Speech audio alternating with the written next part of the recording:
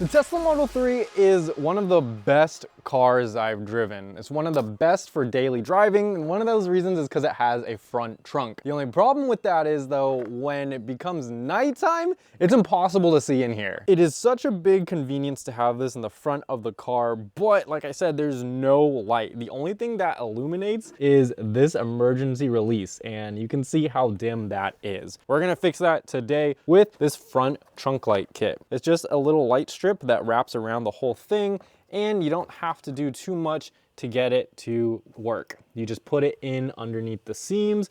It goes all the way along there, and then it just taps to the power that's powering this thing. So let's go ahead, put that in our frunk. These just connect together. These are gonna go and connect to that down there, and then this will just ground it, and there's a bolt for that. So don't worry, you don't have to take apart too much, but this is going to go into the electronic section, and then this is the cable that's gonna run around the entire inside of the frunk. It comes with a 3M strip on the back, so you can go ahead, peel this off, and then just stick it to the bottom. When you go to pop off this panel, just put your nails or a pry tool at the very top and pull it straight out. It's just held in by these 3 clips up here.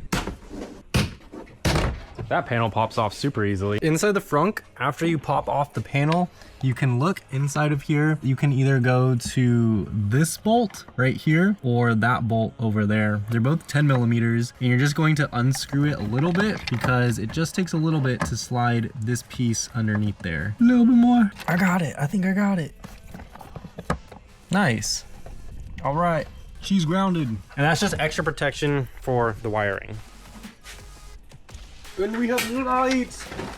We have light. There's so much space in here. Yeah, I know. Awesome. I was gonna say, like, there's a lot more space than the old one. Heck yeah. When you go ahead and slide this panel back in, there's these 3 clips. So when you put it in, you're gonna put it down and then push it back in. And that's how you lock this back into place. But don't forget to put the cable that goes in here back first. We totally forgot about that. I totally forgot about that. This guy, it comes off the splitter, and you're just gonna go ahead and put it in. It only goes in one way, so if it doesn't go that way, it will go in this way. And then this should light back up. All right, adhesive promoter. It promotes the adhesive.